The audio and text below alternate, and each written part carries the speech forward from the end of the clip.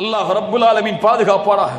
ஜினா, விபச்சாரம் சர்வ சாதாரணமாக முஸ்லிம்களிடத்திலே பரவிவிட்டது.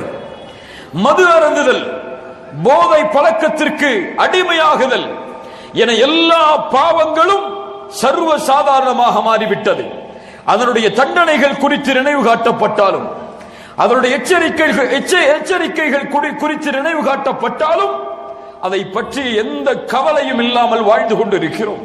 போதை, எதுவெல்லாம் போதை தருகிறதோ அதுவெல்லாம் ஹம்ரு தான், மதுதான். சிகரெட் பிடிக்கக்கூடிய பழக்கம் முஸ்லிம்கள் மத்தியிலே எத்துணை பேரிடத்திலே இருக்கிறது. ஹராம் இல்லையா அது? மது இல்லையா அது? தெளிவான ஹராம் அது. யாரொருவன் சிகரெட் பிடிப்பதை ஹலால் என்று வாதிடுகிறானோ அல்லாஹ்